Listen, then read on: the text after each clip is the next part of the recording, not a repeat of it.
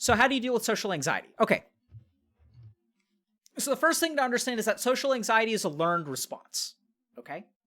So social anxiety happens when somewhere, so there are genetic predispositions to it, but when I work with social anxiety, the most successful I've been is in helping people understand that like somewhere along the way, your mind learned that to be watched and to be on stage and to be seen is actually to be in danger.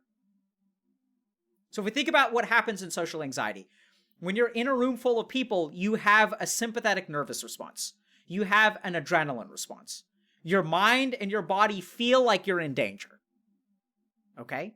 Like that's what's going on. Your adrenaline is pumping. Your heart is pumping really fast. Your blood pressure goes up. You get diaphoretic. You get sweaty. Right? So that's what happens in social anxiety. So your brain has realized that being seen is being in danger. So you want to be invisible, right? You don't want to be seen by anyone. You just want to be like hidden. And when you get seen, that means you're in danger. So I had social anxiety growing up because I was bullied a lot as a kid. So when I was like 6 years old and 7 years old, I would get bullied. So I still remember like being on the playground and being like, I don't know if this has ever happened to you guys, but being like literally surrounded by kids. Like you're in the middle of a circle and then there's like the bully and then they're all the bully's friends and you're like the target. You're under the crosshairs. And my body and my brain learned that the more eyes that are on you, the more fucked you are. And that the way to be safe is that like no one is watching you. Right? So my body like learned like it was a survival mechanism because being bullied like doesn't feel good. My body was like, oh shit, we're gonna get fucked again. And the more people that are laughing at me, the more people that are watching me, the more likely I am to get screwed. And that's a lesson that your mind and brain learns to try to protect you. So when you're like 7 years old and you get bullied a lot, like what happens is like you learn, you're like, I better not be seen. So I learned how to become invisible.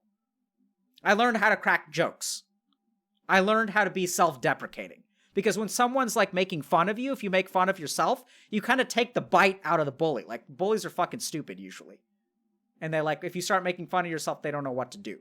So I started to be like self-deprecating because what I realized, even though I'm making a joke and everyone is watching me, what I realized is they're not really seeing me. They're not seeing me. They're seeing like the mask that I put on. And then like, that sort of started as my like protection against social anxiety. So the first thing to understand about social anxiety is that's not your brain trying to fuck you over. Your brain isn't trying to keep you from making friends, although that's the result, right? It's not trying to make you feel bad. Your social anxiety is trying to protect you because somewhere along the way, you learned the lesson that being seen is being in danger. So what you've got to do is actually track back and first of all, like figure out that, understand that your body's going to do this to you. And it's not that you're wrong. Like, it's not that your body is like stupid. It's just your body doesn't understand, right? Like, it got bit by a dog and you see a dog and it's going to freak the fuck out because that's all it knows how to do. So the first thing is to understand that it's trying to help you out. And even if you understand that it's trying to help you out, that can give you some power over it, right?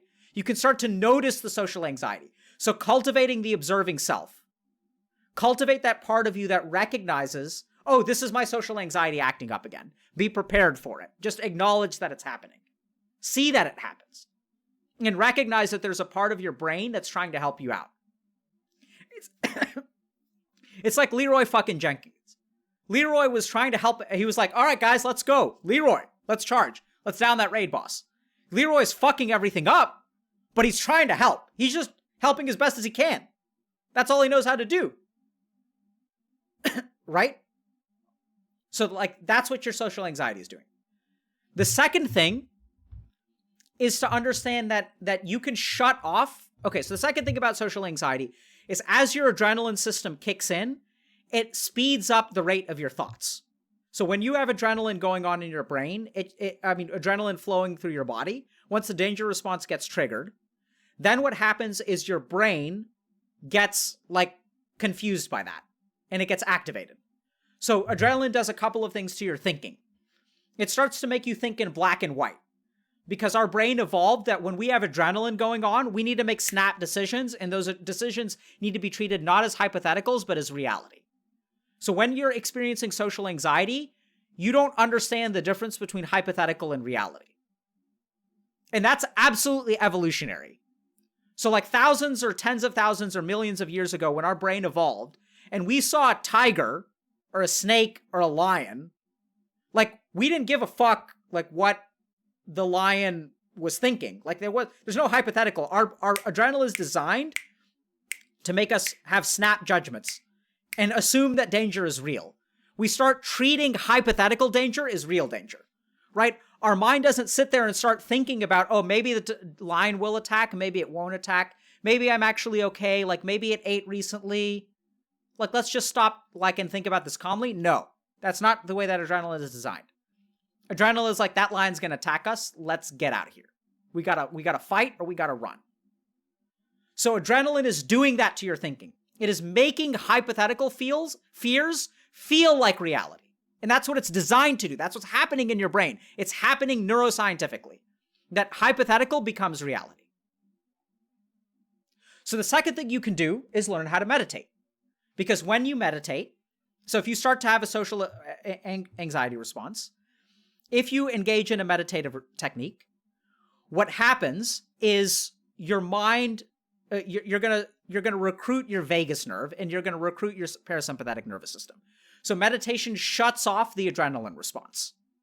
So you're just gonna shut it off. And as you shut off the adrenaline response, adrenaline has a half-life of like 1 to 5 minutes. So if you can really shut off your adrenaline response, then your mind will start thinking more clearly. You'll start thinking in hypotheticals. You'll start understanding. And the best technique to shut off the adrenaline response is anything that slows down the rate of your exhalation. So when you start to breathe deeply,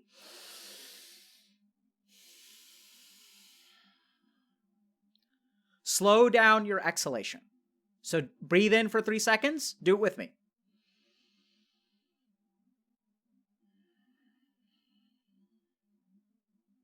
Breathe out for 7. In for 3.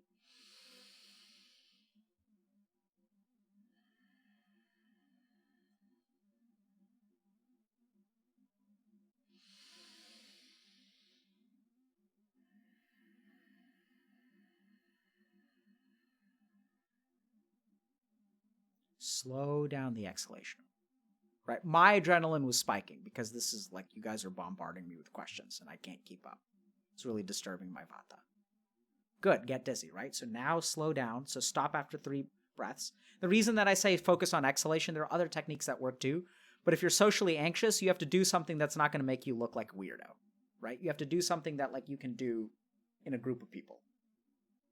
So you just slow down your exhalation. You can do that without anyone noticing. It's got to be something you can do without anyone noticing.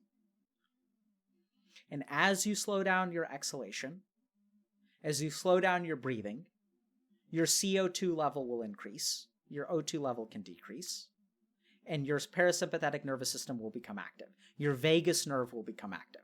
When the vagus nerve becomes active, it slows down your heart rate, lowers your blood pressure, causes you to chill out. And the thing about social anxiety is once you start chilling out, then you can potentially break the cycle.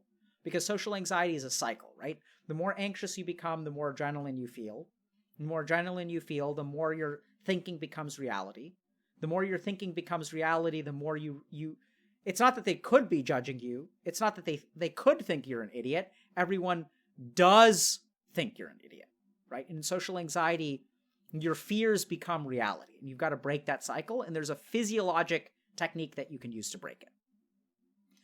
The last thing you can do about social anxiety, so the first thing is to notice it. The second thing is to meditate and specifically slow down your exhalations as much as possible. The third thing is to get to the root of your social anxiety, right? When did you learn that being seen is being in danger? Because if you can get to the root of it, and you can metabolize that samskara, if you can digest it, if you can unlearn that lesson. So in Rekful's case, he's got to unlearn the lesson that life has no meaning. Because his meaning was destroyed when his brother killed himself. So you've got to unlearn what you learned before. But in order to do that, you have to understand like what it is that you want. Like you have to find that specific point. You got to find that point within yourself that brings up that emotion that is like a geyser. Like for Rekful, it's a geyser. Like I'm just like asking him questions. Then one question happens and he starts crying. right? And it's like, what's that? Like, what's going on there?